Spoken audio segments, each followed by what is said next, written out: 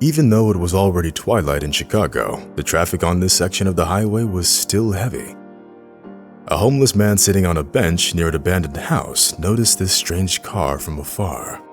It was a Chevrolet and it was weaving in the traffic, so even the homeless man realized that there was something wrong with the driver. Finally, the driver managed to regain control of the car and stopped it in front of the dilapidated building, where a homeless man named Chris Adams had been living for the past 3 years. It was only then that the poorly dressed man noticed the driver of the Chevrolet was a young woman. For some reason, which the homeless man didn't know yet, the stranger had an expression of pain and suffering frozen on her face. Realizing that the woman probably needed help, Charles quickly jumped up from the shaky bench and hurried to the car. But when he opened the door, a shocking picture appeared before his eyes. The fact was that the woman sitting behind the wheel was pregnant and, judging by the groans, could give birth at any minute. "Hush, dear. Don't be afraid. I'll help you," the homeless man whispered, and throwing back the seat, helped the stranger lie down. "Who are you? What are you doing?" the woman exclaimed, crying out in pain. The man chuckled in response and said softly, "You shouldn't be talking right now. What you need to do is push. Trust me, I know what I'm doing. So come on, don't get distracted and focus on your contractions." Fortunately, the woman in labor didn't have time to worry about whether the homeless man was right, and thus she simply accepted his words as a guide to action. Meanwhile, Charles wasted no time and brought warm water from the house in a small bowl and an open bottle of whiskey. "Here, take it. Take a little sip. It will make you feel better." "Sorry, I have nothing else to offer you," said the man and handed the bottle to the stranger. The woman was exhausted by the painful contractions, so she only looked at Chris in bewilderment and took several tiny sips. At that moment, her head turned a bit hazy and a pleasant warmth spread throughout her body, which gave her momentary relief. Of course, Rebecca Simmons had tried alcohol before, but it never had such an effect on her. Gradually plunging into the ghostly darkness, the woman, as if in a dream, heard Charles's voice, which gave clear instructions of what she needed to do next. The next thing Rebecca remembered was waking up in Charles's house when the midday sun had finally penetrated into his wrecked dwelling. Looking around, the woman grimaced at the headache that pierced her head like a bright flash. "God, where am I? And how did I get here?" Rebecca thought, desperately trying to remember anything.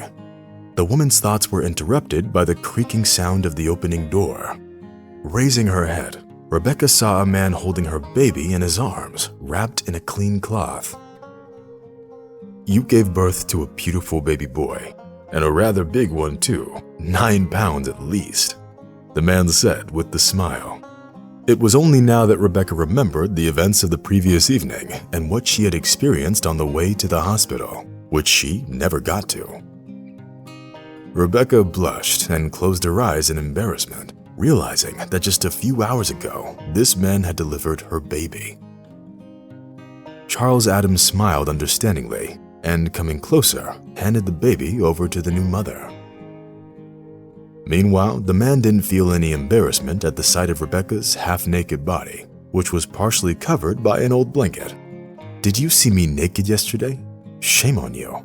And how do you even know if you delivered the baby correctly? And what if my baby grows up handicapped because of your labor complications?"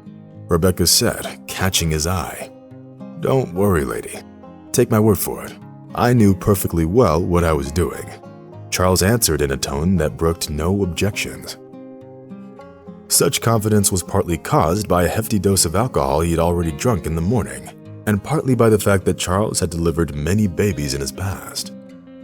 Of course, the man was extremely reluctant to think about that period of his life, and it was only thanks to pure chance that he was reminded of it. It was probably all the alcohol the man had consumed that made him tell Rebecca the whole truth about himself. The fact was that 5 years ago, Charles Adams was a famous gynecologist, getting an appointment with whom was very hard. The life of the talented doctor was planned out for many years to come, and it seemed that nothing could interfere with this plan. By that time, Charles Adams was already married and was even going to become a father soon. Unfortunately, due to a terrible car accident that claimed the life of his wife and her unborn child, the bright dreams of the talented doctor weren't destined to come true. Charles's grief from the loss of his loved ones turned out to be so great that the famous gynecologist couldn't come up with anything better than to seek solace at the bottom of a bottle of whiskey. Thus, being constantly drunk, Charles Adams didn't just destroy his career in just a few months, but also lost the respect of his colleagues, which took him several years of hard work to earn. Having lost his job, the talented specialist mortgaged his house, which he inherited from his late parents. The money was enough for about 6 months of life full of alcohol intoxication, after which Charles ended up on the street. Of course, the former doctor didn't start begging for alms and did his best to earn a living by collecting glass containers, scrap metal, and cardboard. Having received such a hard blow from fate, Charles didn't think that he'd ever have the chance to practice medicine again. By the time his sad story ended, the bottle in Charles's hand was already empty and his eyes were filled with bitter tears. "Forgive me, please. I had no idea what you had to go through," Rebecca muttered, stammering at every word. "Come on, don't worry about it. What happened, happened. You can't change the past. But could you please explain how you ended up driving a car so far into your pregnancy? What was your husband thinking? Couldn't he have taken you?" Charles asked. Hearing the words of the homeless man, Rebecca suddenly made a strange sniffling sound and then burst into bitter tears. As it turned out, Rebecca Simmons never had a husband, and the father of her child was a work colleague who left her after living together after a few months. Brandon Hall was a career-oriented young man who didn't care about anything else and dreamed of becoming the head of the company one day. Therefore, when 2 years earlier a new employee came into the office, he paid absolutely no attention to her. The new woman's name was Rebecca Simmons, and she had studied at one of the best universities in Chicago. At first, she didn't stand out among the other employees of the trading firm, who all dreamed of getting a raise and being able to afford a vacation on the warm beaches of Miami. However, when it turned out that, in addition to her degree in economics, Rebecca also knew 3 languages, one of which was Chinese, it made it clear to everyone at the office that they had a new star among them. After just 6 months at the firm, Rebecca went from an ordinary employee to a deputy director, which immediately attracted the attention of the cunning Brandon. "That's it. That's my chance. I'm sure it won't be hard to get this fool to fall in love with me, and then she'll definitely help me get the director position," thought Brandon Hall, who was believed to be the best-looking man at the office. Unfortunately, Rebecca was a rather naive young woman at the time, and therefore she almost immediately fell for the charms of the experienced ladies' man. The lonely 30-year-old woman thought that she had finally found her true love, which she had dreamed of for so many years. Meanwhile, having moved in with Rebecca, Brandon Hall started hinting that they should get married, hoping that such a union would help him advance his career. The young people lived together for about 2 months before Rebecca realized what her boyfriend really wanted from her. Their relationship would have probably lasted much longer if the board of directors hadn't approved Rebecca's candidacy for the post of the head of the company. Brandon simply couldn't accept this fact, and thus did everything in his power to prevent his girlfriend from succeeding at her new position. For some reason, Brandon felt that if he sabotaged Rebecca, he could somehow get this position for himself, or at least move up the career ladder. However, contrary to Brandon's unethical plans, this only led to a fight with Rebecca and his dismissal from the firm, and as it turned out, he had proved himself as a rather poor employee there. It was only a month after the breakup that Rebecca found out that she was pregnant. The news stunned the young woman so much that she couldn't come to terms with it for several days. Of course, getting an abortion was out of the question for Rebecca, so she knew she would have this baby no matter what.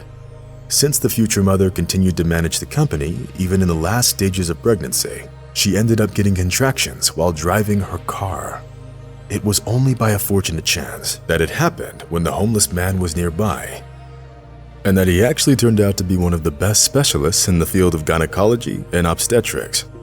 Well, life can sure be surprising, but you probably shouldn't stay here long. This house, as you have probably noticed, isn't the best place for a little baby," Chris noted with a sad sigh. He didn't have to repeat himself, because Rebecca was already feeling uncomfortable at that house even before Charles mentioned it. "Thank you, Mr. Adams." The woman said goodbye, smiling sweetly at her savior. Charles only waved his hand in response and looked around his dreary home in search of another bottle of whiskey. The man was a little embarrassed by the fact that, being a talented specialist, he had stooped so low as to be living in an abandoned house and eat whenever he could afford. "And I'm only 40 years old," Charles Adams grumbled, looking at his reflection in the mirror, where he saw an old man with an overgrown beard.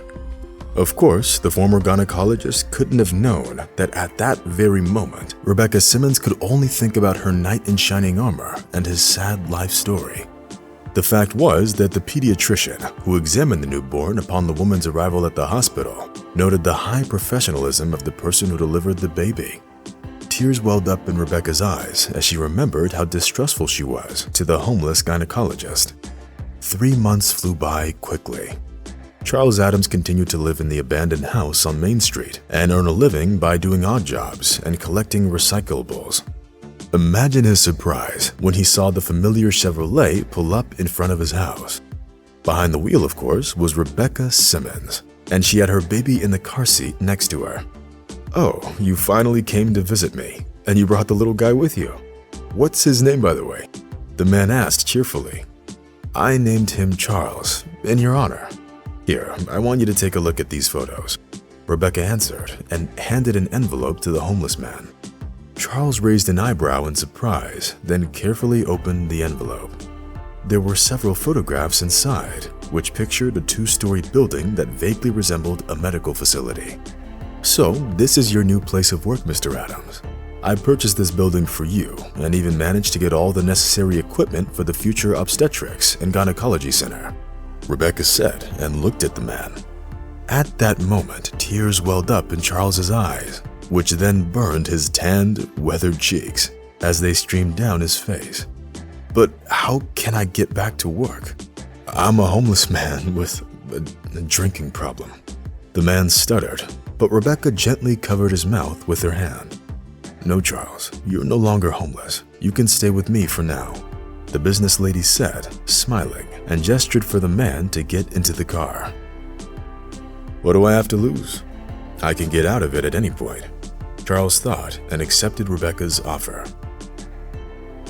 It took Charles Adams 2 weeks to get back to normal life. During this time, the man shaved, went to the hairdresser and a nail salon, and stopped drinking. To Rebecca's sincere surprise, Charles cleaned up rather well. Standing in front of her now was an attractive man of about 40, who had some gray hair at the temples, which reminded of the man's hard life. "Well, there he is. That's so much better. Now you definitely look like the chief of a clinic," Rebecca said with a smile. Deep down, she immediately took a liking to Charles, who had to live through so many hardships. Rebecca didn't know it yet, but those feelings were mutual. What she also didn't know was that about 6 months after Charles helped her give birth to her son, he would later ask her to marry him. Unlike during their first encounter, the man was no longer homeless or poor, but was the chief of a prominent perinatal center, which was famous far beyond the state lines. Raising a son who bore his name, Charles finally found family happiness, which he had dreamed of for all those years. Meanwhile, Rebecca started hinting to her husband that it would be nice to have another child, who, according to the family tradition, should also be delivered by their father.